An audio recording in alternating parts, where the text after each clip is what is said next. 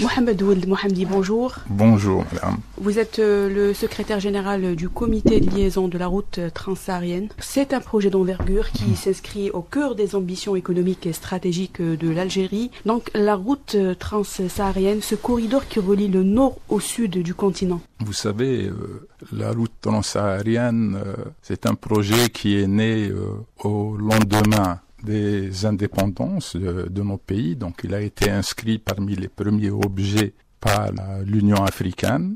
En Algérie, il a été engagé au début des années 70 par le président Boumedienne qui avait nommé la route de l'unité africaine.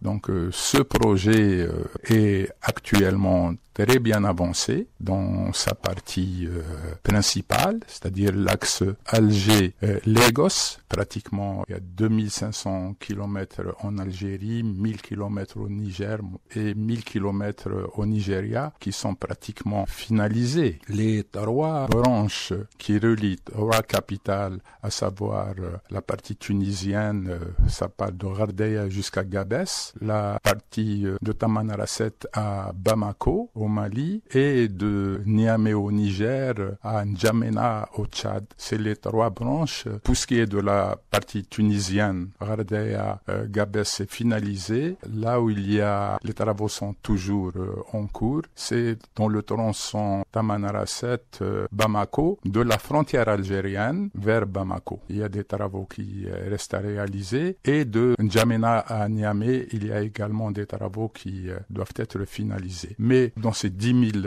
kilomètres, pratiquement plus de 9 000 kilomètres sont réalisés. La route, donc, elle est désormais achevée côté algérien.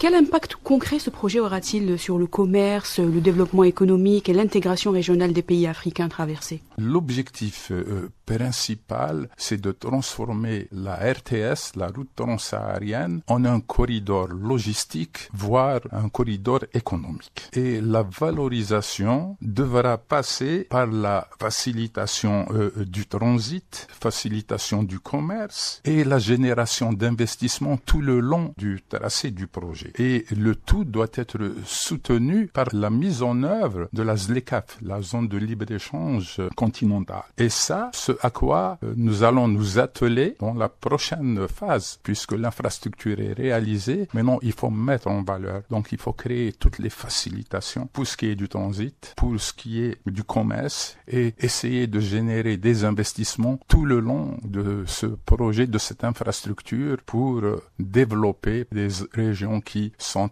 enclavées. On revient un peu sur les défis et la logistique. Donc, quels sont les principaux défis logistiques et techniques que vous avez rencontrés et auxquels on va faire face à l'avenir? Vous savez, les défis, c'est mettre en œuvre toute la réglementation entre les États pour favoriser, pour développer le commerce. Parce que la finalité de cette route, c'est assurer le transport de marchandises vers les pays enclavés. Nous avons le Mali, le Niger, le Tchad, qui sont des zones enclavées et qui gagneraient, une étude que nous avons réalisée avec la CNUSED en 2021, montre que les pays enclavés gagneraient pratiquement une douzaine ou 13 jours s'ils devaient transiter par des ports algériens, comparativement au port de Guinée. Il y a l'impact économique et aussi donc l'impact sur les populations locales. Donc cette route, quel impact aura-t-elle sur les populations locales des autres pays?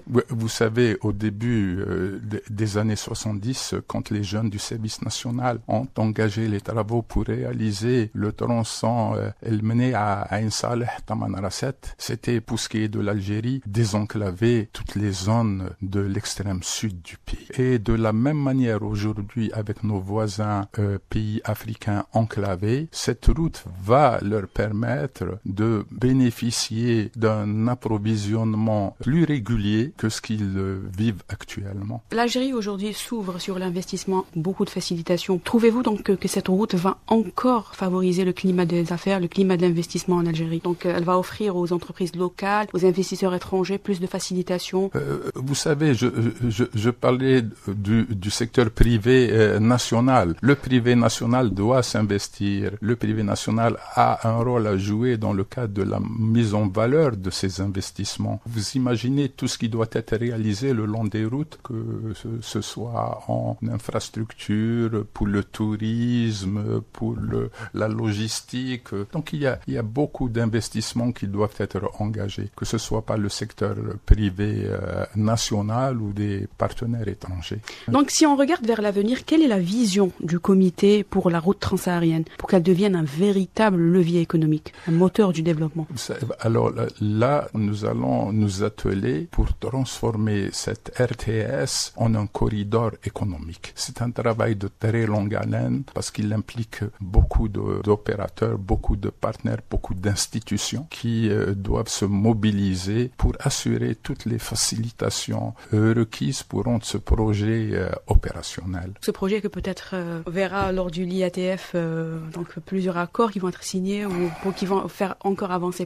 Durant l'IATF, nous serons présents. Le comité de liaison de la route transsaharienne sera présent, animera des conférences, sera panéliste et nous serons présents et ferons la publicité qu'il faut pour assurer un développement harmonieux de notre projet. Merci Monsieur Mohamed Oueld Mohamdi d'avoir accepté de répondre à nos questions. Je rappelle que vous êtes le secrétaire général du comité de liaison de la route transsaharienne. C'est moi qui vous remercie.